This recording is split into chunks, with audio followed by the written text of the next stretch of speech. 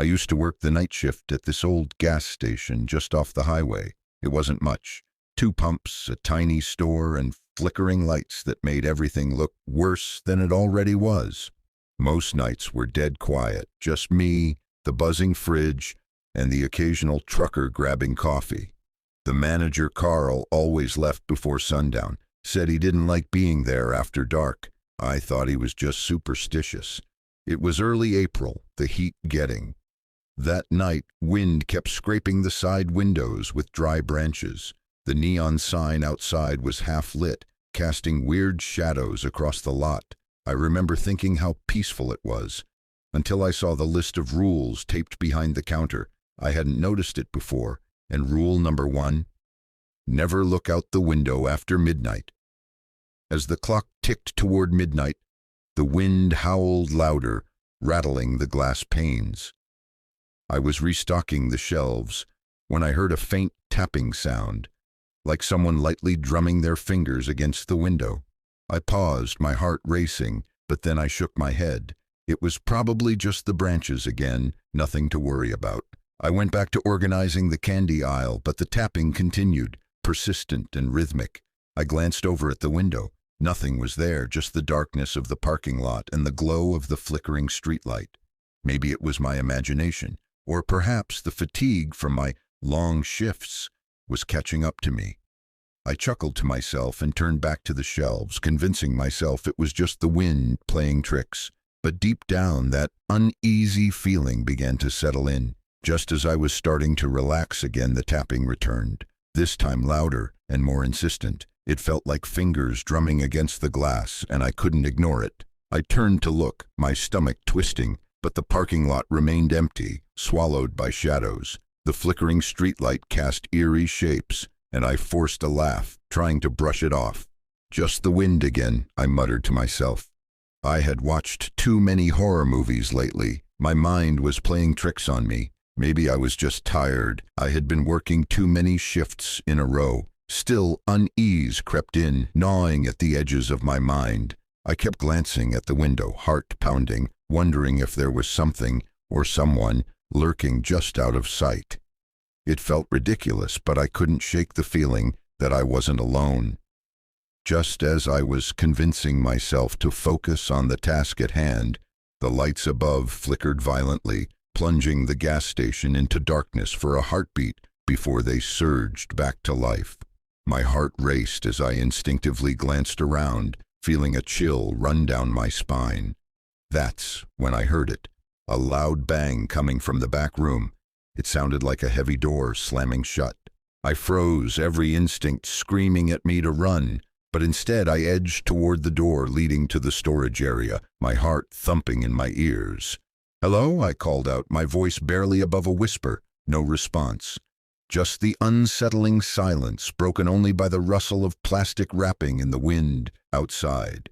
Anxiety gripped me as I stepped forward, knowing I had to see what was happening, but deep down, I was terrified of what I might find. As I pushed the door open, the back room was dark, the only light coming from the flickering overhead bulb. My eyes scanned the room, heart pounding. Then I saw it, a shadow darting just beyond the edge of the light, something moving too quickly to identify.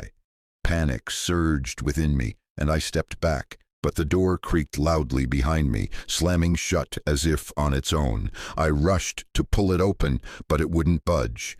That's when I heard it, a low whisper, soft yet clear. "You shouldn't have come here." My blood ran cold as I realized I wasn't alone. The whispers grew louder, swirling around me, taunting me. Suddenly the lights went out again, plunging me into darkness. I felt a breath against my neck, and then everything went silent. When the lights flickered back on, I was alone. The door finally gave way, and I stumbled out into the main area, heart racing, but there was no sign of anyone. The store felt eerily quiet, as if it was holding its breath. I rushed to the front door, locking it tightly behind me, hands trembling. The whispers echoed in my mind, haunting me. I couldn't shake the feeling that I had been watched, maybe even hunted. I glanced around the empty gas station, half expecting to see a figure lurking in the shadows. The following nights were a blur of anxiety and insomnia, and I quit soon after. I never learned who or what was there with me that night, but the rules of the gas station still haunt me. I wonder how many others had the same experience, and did they survive? It was a quiet Saturday night, raining just enough to make the streets glisten under the yellow streetlights. I was working the closing shift at the Old Town movie theater, the one barely anyone came to anymore. The last show ended at 10:30, and by 11, the place was dead silent. I'd done this shift dozens of times before. Clean the popcorn machine, sweep the floors, shut down the projector, lock up, easy money, and honestly, I liked the peace. With my earbuds in, I was listening to a true crime podcast while wiping down the concession counter. The echo of my own footsteps was the only real sound around. It felt normal, boring even, but boring was good. I wasn't expecting anything weird. I was sweeping near Theater 2 when I heard it. A faint thud, like someone had dropped a heavy soda cup in the empty hallway behind me. I paused the podcast and stood still, broom in hand, listening. Nothing, just the hum of the vending machine and distant rain tapping on the rooftop. I poked my head down the hallway, but all the theater doors were shut, lights dimmed. Maybe it was the storm outside echoing weird through the building, or the old walls shifting. This place was built in the 70s. It creaked all the time. Still, something about the sound felt too close, too intentional. I laughed a little to myself, trying to shake it off. I literally just listened to a story about someone getting stalked at night. Probably just my brain playing tricks. About 20 minutes later, I was refilling the napkin dispensers at the front counter when one of the motion-activated hallway lights suddenly flicked on. No one had gone that way. I stood there frozen, eyes locked on the hallway entrance. After a few seconds, the light turned off again. I walked over slowly, peeking down the corridor, nothing but rows of closed theater doors and faint exit signs glowing red. But my chest tightened. I knew something wasn't right. The air felt different, stale, like someone had been standing there seconds before. I walked the hallway, checked the restrooms. Empty, completely silent. I told myself it could have been the AC kicking on, or a bug flying past the sensor. Still, I couldn't shake it. That tight feeling in my chest, like I was being watched from somewhere just out of view. I was restocking the candy fridge near the projection room when a loud crash echoed from Theater 3, the one I hadn't even unlocked tonight. I froze in place. My whole body went cold. It wasn't the sound of something falling. It was violent, like a chair being thrown. I stood there completely still, waiting to hear footsteps or a voice. But there was nothing, just silence, deafening silence. I could hear my own breathing, shallow and quick. My heart was pounding so hard, it felt like it echoed through the halls. I grabbed the small flashlight from the drawer and tiptoed toward Theater 3. My shoes felt too loud against the tile. The door was cracked open just slightly. I swear I hadn't touched it. I reached out, but my hand was trembling so much I had to stop. I finally pushed the door to Theater 3 open. It was pitch black. I swept the flashlight across the seats, all empty. But as the beam hit the back row, I noticed something. One of the seats was slowly reclining back into place, like someone had just gotten up. I stood there frozen, no wind, no draft. Someone had been sitting there, watching.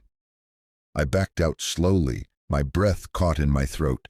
Then I saw it. The back exit door was unlatched from the inside, not forced open. Whoever was here didn't break in. They were already inside, maybe since before I even arrived.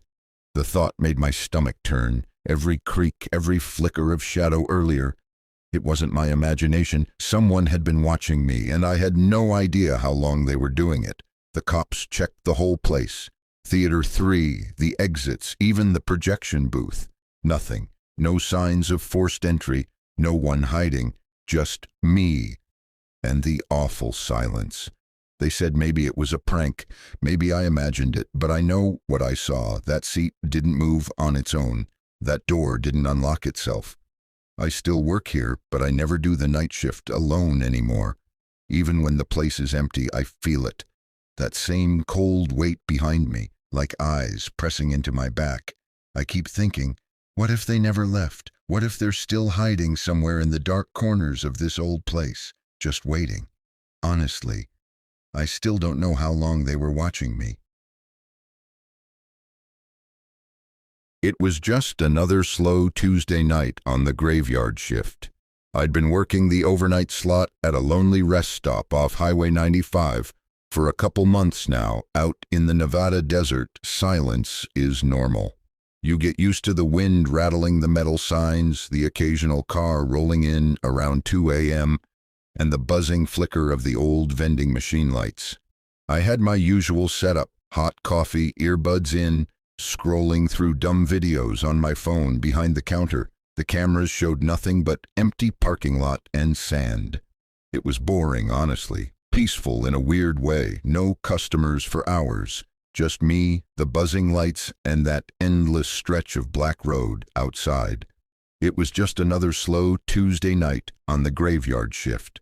I'd been working the overnight slot at a lonely rest stop off Highway 95 for a couple months now. Out in the Nevada desert, silence is normal. You get used to the wind rattling the metal signs, the occasional car rolling in around 2 a.m., and the buzzing flicker of the old vending machine lights. I had my usual setup, hot coffee, earbuds in, scrolling through dumb videos on my phone behind the counter. The cameras showed nothing but empty parking lot and sand. It was boring, honestly. Peaceful in a weird way. No customers for hours. Just me, the buzzing lights, and that endless stretch of black road outside. About 15 minutes later, I was restocking candy bars when the bathroom light flicked on by itself. I froze mid-step. It's one of those old motion sensor lights. Sensitive, sure, but not that sensitive. It only turns on when someone walks in. I walked over, trying to convince myself it was just a glitch. "Hello?" I called, feeling ridiculous. No answer. The door was wide open. I stepped inside. Empty, cold tile, nothing but the faint buzz of the fluorescent light. I stood there for a second, just listening. My skin crawled. I knew something wasn't right. The silence was too still, like the air was holding its breath. And for the first time, I felt it, like someone was watching me from just out of sight. I turned around fast. Nothing. I had just stepped out of the bathroom and was halfway back to the counter when a violent crash echoed from the storage room in the back. It sounded like metal shelves toppling over. I froze in place. My whole body went cold. I couldn't move, just stood there, heart pounding in my ears. The humming fridge behind me seemed to go silent. Everything did. The silence was deafening. Then, slow, uneven footsteps. 1, 2, 3, crunching across broken glass or gravel. I backed away, almost tripping over the mat behind the register. My breath felt stuck in my throat. Someone was in there, I was sure of it now. And worse, they were walking toward the door. I finally worked up the nerve to peek into the storage room, heart hammering, hand shaking, but there was no one, just a toppled shelf, tools scattered across the floor. Then I noticed something, the back door. It wasn't forced inward like someone had broken in. The lock was bent outward like it had been busted open from the inside. I blinked, trying to make sense of it.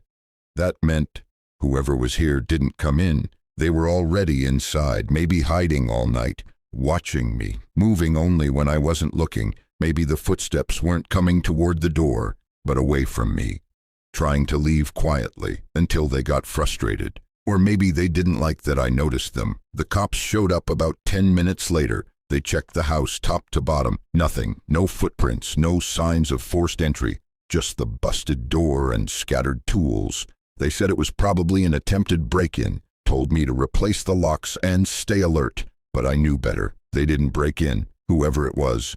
They were already here. And the scariest part, I don't know how long they had been watching me. I don't know what they were waiting for. Maybe they left, maybe they didn't.